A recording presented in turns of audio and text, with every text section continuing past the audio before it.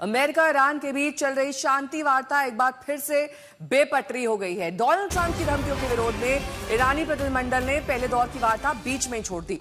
Iran ने Trump की धमकियों को बातचीत के माहौल के खिलाफ बताया, साथ ही ये भी साफ किया कि जब तक लेबनान पर समाधान नहीं निकलता तब तक दूसरे विषयों पर बातचीत नामुमकिन है। पश्चिम एशिया के लिए अंतिम शांति समझौते की दिशा में आगे की बातचीत के लिए ईरान, अमेरिका, पाकिस्तान और कतर के बीच बर्गनस्टॉक में 4 पक्षीय वार्ता शुरू तो हुई, लेकिन अंजाम तक नहीं पहुंची। ट्रंप की धमकियों से नाराज ईरानी वार्ताकारों ने शुरुआत में ही अमेरिकी अधिकारियों के साथ प्रस्तावित फोटो सेशन में शामिल होने से इनकार कर दिया। वार्ता शुरू होने के कुछ मिनट बाद ही अमेरिकी राष्ट्रपति डोनाल्ड ट्रंप ने ट्रुथ सोशल पर ईरान को धमकाते हुए एक पोस्ट किया। ट्रंप ने लिखा, ईरान को तुरंत लेबनान में अपने भारी फंडिंग वाले प्रॉक्सी समूहों को रोकना होगा। अगर ऐसा नहीं हुआ तो हम ईरान पर फिर बहुत बड़ा हमला करेंगे। ट्रंप की इन धमकियों पर भड़के ईरानी वार्ताकार बातचीत बीच में छोड़कर हॉल से बाहर निकल गए। गालिबाफ ने ट्रंप की धमकी पर तीखी प्रतिक्रिया देते हुए कहा कि उन्हें अपने बयानों को लेकर ज्यादा सावधान रहना चाहिए। हमारी सशस्त्र सेनाएं उन्हें अलग तरीके से जवाब देने के लिए पूरी तरह तैयार हैं। वे चाहे कुछ भी कहें, कार्रवाई हम ही करेंगे।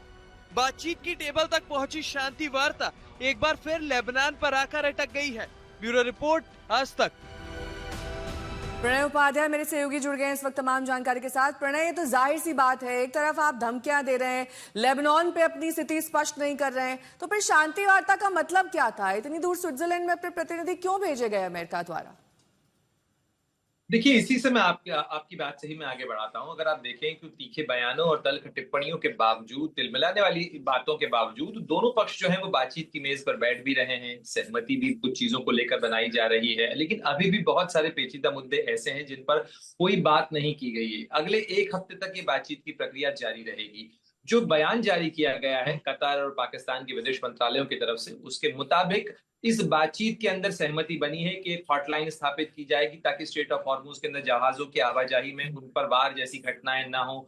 इसके अलावा लेबनान की स्थिति को लेकर एक डी एस्केलेशन सेल बनाया जाएगा। साथ ही एक हाई लेवल मॉनिटरिंग कमेटी बनाई जाएगी जो कि बातचीत की प्रक्रिया को ओवरसी करेगी। लेकिन बड़ा सवाल ये है कि इससे पहले भी हमने इस तरीके की बातचीत की प्रक्रिया इस्लामाबाद में देखी, हमने इस तरीके की बातचीत की प्रक्रिया ओमान में देखी, अन्य देशों, अन्य जगहों पर देखी, जहां पर दोनों के बीच में यानी ईरान और अमेरिका के बीच में सहमति बनाने की कोशिशें हुई, लेकिन थोड़ी ही देर में वो सहमति टूट जाती, क्योंकि या तो राष्ट्रपति डोनाल्ड ट्रंप कोई सोशल मीडिया पोस्ट कर देते हैं या जमीन पर कोई ऐसी कार्रवाई हो जाती है। तो बड़ा सवाल ये है कि जो सारी कोशिशें और कवायदें हो रही हैं, इनको वो जो इंश्योरेंस है, वो बीमा कौन देगा कि ये कार्रवाई अब नहीं टूटेगी।